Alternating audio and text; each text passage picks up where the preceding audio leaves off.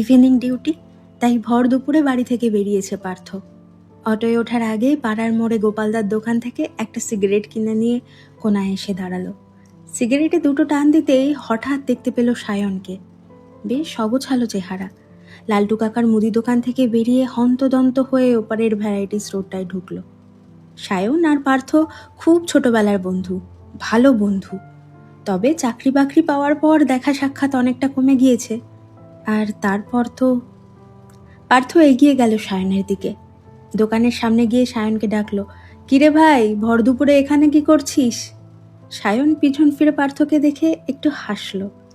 এগিয়ে গিয়ে বলল, ভালো আছিস? গ্রাফিক ডিজাইনের সায়ন এমনিতে একটু আত্মভোলা প্রকৃতির, তবে এখন যেন আরও একটু বেশি। পার্থ আবার বলল, তুই এখন এখানে কিছু খুঁজছিস?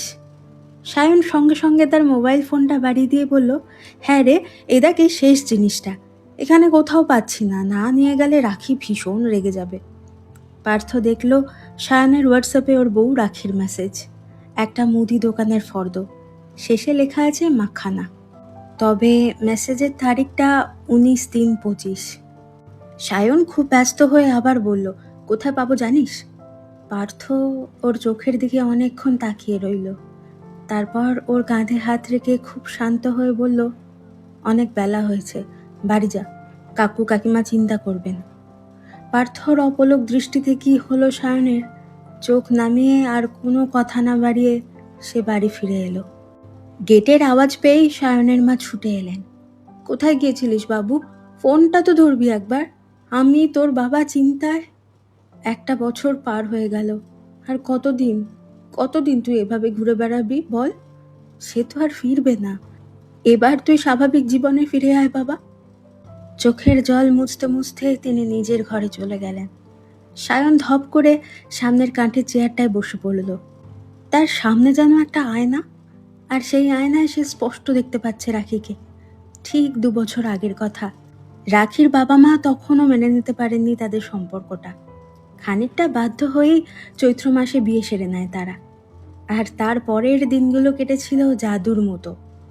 এত হাসি আনন্দ বাড়ি জুড়ে।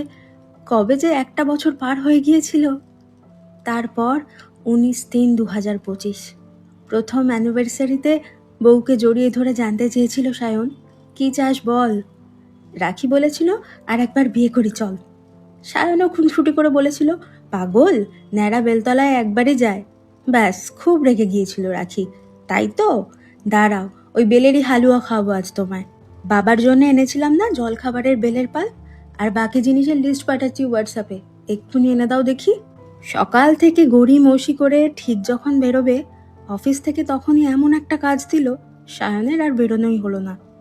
অগত্যা ভারী খেপে গিয়ে রাখি বেরোলো জিনিসগুলো নিয়ে আসতে। ঠিক মিনিট 20 মধ্যেই গোপালদার দোকানে কাজ করে ছেলেটা ছুটতে ছুটতে এসেছিল সায়নকে ডেকে নিয়ে যেতে। তবে ততক্ষণে সবটা শেষ। একটা ট্রাকের ধাক্কায় রাখি আর ফিরল না, কিন্তু সায়ন দাঁড়িয়ে রইল 1 বছর আগের ওই দিনটাতেই। রাখির শেষ মেসেজ পড়ে এখনও সে খুঁজছে মগজ মাখানা, বেলের হালুয়া বানাবে রাখি।